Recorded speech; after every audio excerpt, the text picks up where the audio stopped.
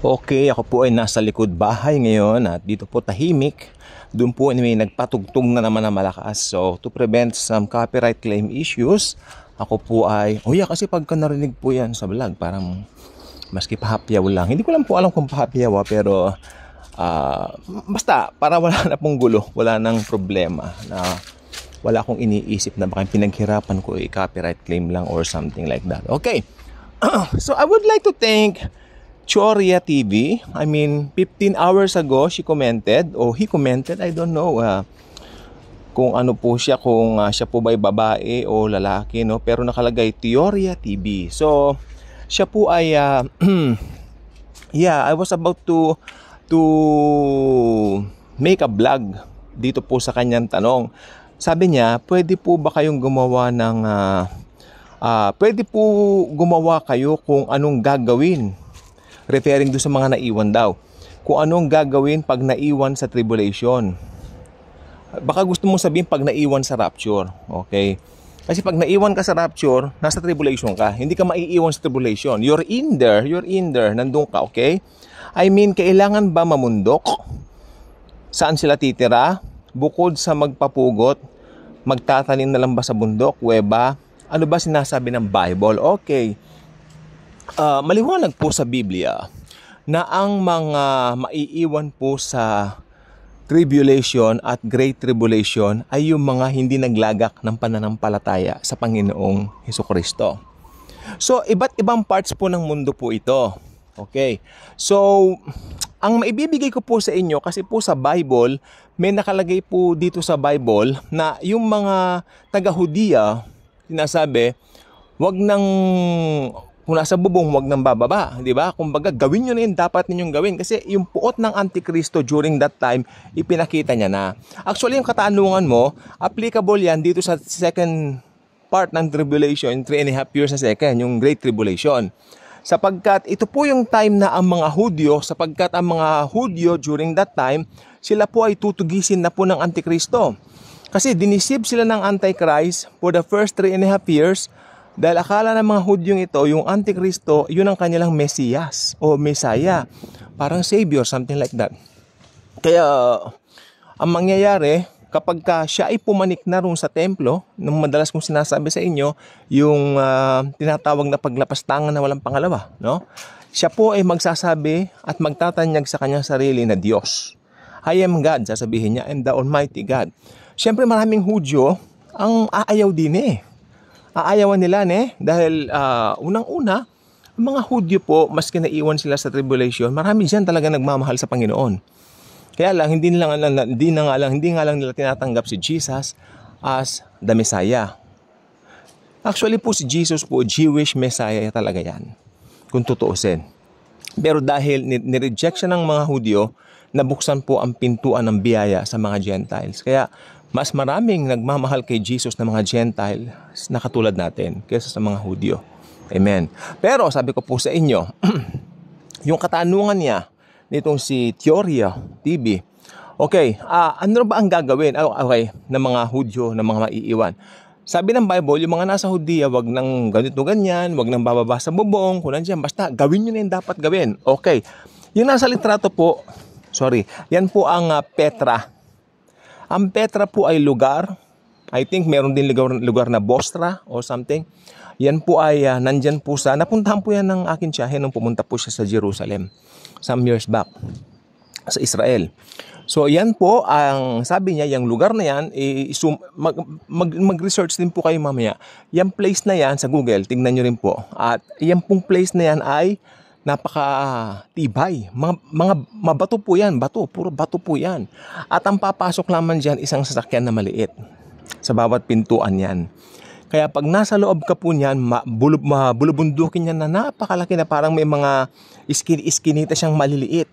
Kaya dyan po makakapagtago yung mga Hudyo na maiiwan sa rapture. Kasi papatugis na po sila Antikristo. Ang gagawin po nila, may mga kuweba-kuweba dyan, mga kuwebang maliliit. Hindi sila matutuntun po dyan. Dahil yung kuweba pong yan ay lubhang napaka tibay. At the same time, hindi papasok dyan ang mga tangke. At isa pa pangako ng Biblia, iingatan niya ang mga Hudyo during that time. Yung Jacob's trouble, tribulation yon. Iingatan niya sila. Kaya may pangako po ang Panginoong Jesucristo diyan sa mga Jews. Diba? So, kung tatanungin naman ako yung mga taga-ibang parts ng mundo, abay marami pong mamamatay. Maraming mamamatay sapagkat nuclear war na yan. Kaya ang mga Hudyo naman, maski nagno-nuclear war, safe sila rito eh. Dito sa Bosra, o should I say ito sa Petra eh. Safe sila dyan eh. Diyan sa loob niyan, safe po sila. Maniwala kayo sa akin dahil napakatibay po niyan. Napakaganda raw sa personal yung kanunsyahan ko. Ang ganda niyan. May mga literato siya dyan eh. Beautiful, beautiful place. Sabi niya, ang ganda. Pumasok po sila sa loob. May mga, pumasok din sila sa mga kuweba, tinignan nila. Sabi nga niya, ay hindi sila matutunto ng Antichrist nga doon. Sabi niya. Talagang yan. Prepare ni Lord yan for that purpose.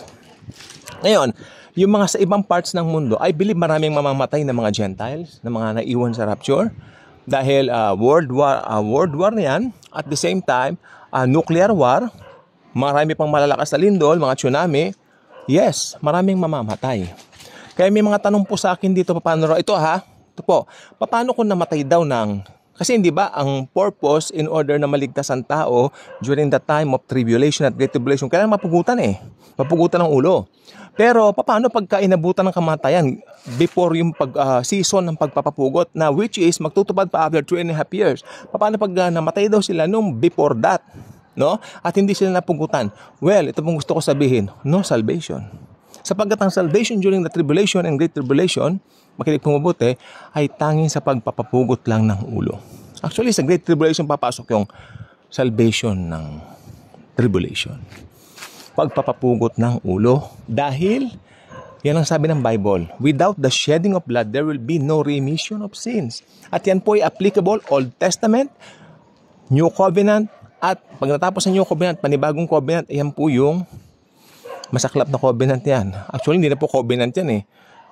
Isa lang po yung pace ng mundo na should I say na talagang tapos na po yung church age. Ayun ang gusto ko sabihin, tapos na ang church age yan, tapos na ang grace dyan. So, kailangan meron kang faith kay Jesus, which is good, very true.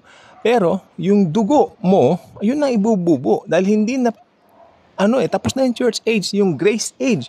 Kaya ang pinaka-the best na maligtas itong panahon natin ngayon. Diba? Kasi tingnan niyo, ibalik natin sa Old Testament. No, Old Testament, naliligtas sa mga tao dahil sa dugo ng mga hayop. Dugo ng mga bulls, dugo ng mga, sheep, mga tupa. O kung ano na pa mga hayop ba na kanilang pwedeng i-offer sa temple. And then yung pinaka-high priest, siya ang mag-check doon sa animal. And then, kung nakita niyang blame, should I say, ito po ay walang mga, mga ispat-ispat o mga dumi-dumi o mga galis-galis yung inoffer na hayop at malinis yan, klaro yan o lalabas yung high priest, sabi niya, okay, clear ka sa kasalanan mo, good for 1 year. 1 year lang pong tinatagal noon. And then, after 1 year, kailangan siyang bumalik, mag-offer uli ng sacrifices para sa sins. Ganyan po yan, continually po yan, nag-continue yan hanggang dumating ang totoong Lamb of God. Na ngayon, siya na ang Lamb on the throne, the Lord Jesus Christ Himself. Palakpakan natin si Jesus. So, nagawa ni Jesus yon once for all time. Nung siya ay nakapako sa cross, sinabi niya, it is finished. Tetelestai in Greek. Naganap na in Tagalog. Okay. May mga nagsasabi ito, no? I-debunk ko sila. Ay, laging grace yan. May nakausap ako, gumanon agad sa akin. Hindi pwedeng hindi grace yan. Grace pa rin sa tribulation. Ako, sigurado ka? Sabi ko sa kanya, alam mo, ako sa kanyang ganon, merong mga programa ang Diyos, no? Mga covenants na tinatawag. At talagang nandyan yan sa kanyang scripture, sa Bible. Kaya lang, kailangan i-rightly divide po ninyo, sinabi ko. Paano ibig sabihin wala nang biyaya, no? Aba, may biyaya pa rin noon. Alam po ba ninyo, hindi ba naiwan, makinig po mabuti, naiwan na nga sila dito sa tribulation, makinig po, naiwan na sila ng rapture. Nahawa ko doon sa nag-comment, naiwan daw sa tribulation, naiwan sa rapture. Naiwan na sila sa rapture, pasok na sila sa tribulation at great tribulation, still may chance pa rin silang maligtas. Nga lang, magpapapugot sila ng kanilang mga ulo. Kaya ang buti pa rin ng Panginoon, hindi siya nagtanggal ng option. Kaya ang sabi ng Biblia, pagkatapos nung mapuksa niya ang Antikristo at ang false prophet, di ba? Yung mga pinugutan ng ulo na yan ay bubuhayin at papasok tayong sabay-sabay sa millennial reign ni Jesus dito po sa Israel, sa Jerusalem. Ibig sabihin, ang bait ng Panginoon, to, grace pa rin yun. Di ba? Sila ang pasaway nitong church age. Ayaw nilang sumunod sa Panginoon. Ayaw nilang tanggapin si Jesus. Libre ang kaligtasan. Ayaw nilang sundin si Jesus. Masyado silang, dito sila sa mundong ibabaw. Ito ang kanilang gusto. Naiwan ngayon sila dito. Hindi ba kung tutuusin, dapat wala ng pag-asa yung mga naiwan? Pero hindi. Nag-provide pa rin ang Panginoon ng pag-asa. Papugot nga lang sila. Hindi na pwede yung tanggapin si Jesus as Lord and Savior, ligtasan. Hindi, tapos na po yun. Tapos na po ang church age. Ayan po yung tinatawag na covenantal times. Tapos na po yun. Tapos na po yun. So during that time, maski sabihin, magpapapugod sila ng ulo para makapunta sa langit, ay grace pa rin yun. Hindi nagtanggal ng option ng Panginoon. Ang buti ng Panginoon. Isipin niyo po yan. Samantalang dati, ewan ko may na-encounter ako nagtuturo. Sa tribulation, wala nang pag-asa. Pag naiwan ka, yari ka, babay na. No. Meron pa rin pong pag-asa. Papugot nga lang. Diba? Without the shedding of blood, there is no remission of sins. Kaya mabuti pa rin ang Panginoon maski sa tribulation. Maski sabihin mo, nagpapugot sila ng kanilang mga ulo, mabuti pa rin ang Diyos dahil tignan nyo, may chance pa rin sila. Binigyan pa rin sila ng tsansa. Diba? Grace pa rin yun. Hindi natanggal ang grace. Kasi ang gusto nilang ipasok, yung grace tulad ngayon na church age, tanggapin si Jesus at maliligtas. Hindi na po pwede yun noon dahil tapos na po yun. Alam nyo, pagpasok po ng rapture, at lumabas ang Antikristo, ang Antichrist, at nakipag-peace treaty na po ito sa Jerusalem, sa Israel, the moment na pinirmahan niya ang peace treaty, pasok na po ang 7 years of tribulation. Yung first 3.5 years, ulitin ko po, medyo good looking si Antikristo dyan. Medyo pogi point siya. Hinahangaan siya, sisikat siya, blah blah blah, etc. etc. Pero dun sa second part ng tribulation, ang bangis niya, ilalabas niya. Yung totoong kulay niya, ilalabas niya na. Nakakatakot talaga. Pero ang Panginoon, meron pa rin way para maligtas ang tao. Faith in Jesus plus magpapugot ng ulo. Diba? Mabuti pa rin ang Diyos. Hindi nagbago ang kabutihan niya. Kung makikinig ito sa mga nangangaral, wala na pag-asa sa tribulation. Wala na, mapapahamak na. Wala, hindi na po ganun. Wala po yun. Kung ganun din, gunawin na lang sana. May pag-asa po Kaya lang, magpapugot lang sila ng kanilang mga ulo. Again, doon sa tanong ni Chori, Chorya ba to? Teka. Good yung tanong mo. Hindi naman yan, teka.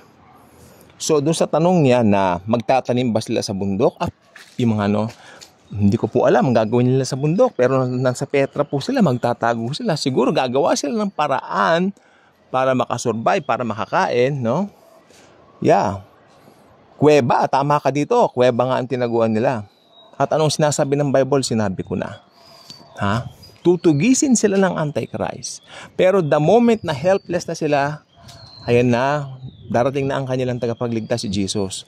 Amen? At yung Antikristo at ang false prophet itatapon na po sa dagat-dagatang apoy. Ito po yung Gihina. Gihina hell, sila po ang buena mano doon ng mga tao. Ang Antichrist at ang false prophet. Mauuna pa sila kay Satan, kay Satanas. Yun po ang mangyayari. So, pinipreach ko ito, nakakaawa yung mga naiwan. Sobrang nakakaawa. Alam nyo, pero pasalamatan tayo, hindi natin aabutan yun. Dahil yun po ay sobrang kapighatian na hindi pa naranasan ng mundo at kahit kailan pa man ay hindi na mararanasan. Kaya kung kayo ay hindi pa naman subscriber din sa channel na ito, so subscribe, like, share. Share Jesus is love is grace. Bye-bye!